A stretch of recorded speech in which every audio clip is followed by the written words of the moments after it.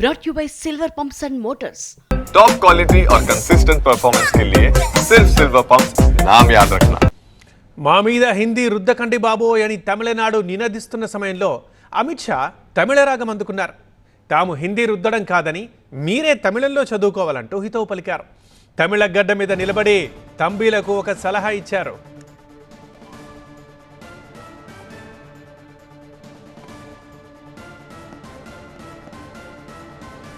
మాతృభాషలో విద్యాబోధనపై తమిళనాడు సీఎం స్టాలిన్కి కేంద్ర హోంమంత్రి అమిత్ షా సూచన చేశారు.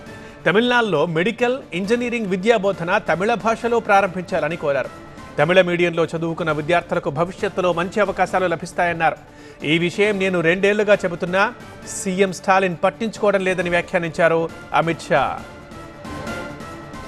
తమిళనాడులోని రాణిపేటలో జరిగిన సిఐఎస్ఎఫ్ 56వ రైజింగ్ డే ఉత్సవాల్లో ముఖ్య అతిథిగా పాల్గొన్న సందర్భంగా అమిత్ షా ఈ వ్యాఖ్యలు చేశారు. ఇప్పటికే రాజ్యాంగంలోని 8వ షెడ్యూల్లో ఉన్న భాషల్లో చదువుకున్న విద్యార్థులు ఆ భాషల్లోనే ప్రవేశ పరీక్షలు రాయడానికి మోదీ సర్కార్ వీలు కల్పించిందని అమిత్ షా అన్నారు. అయితే తాజాగా అమిత్ షా చేసిన సూచనపై డీఎంకే ఎలా రియాక్ట్ అవుతుందన్నది ఇప్పుడు ఇంట్రెస్టింగ్గా మారింది.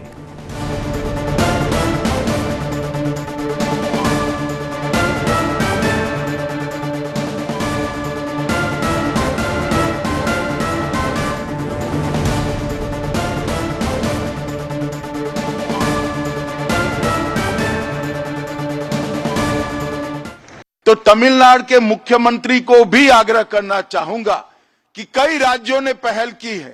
मेडिकल की शिक्षा और इंजीनियरिंग की शिक्षा में स्थानीय भाषा में अभ्यासक्रम बनाए गए हैं।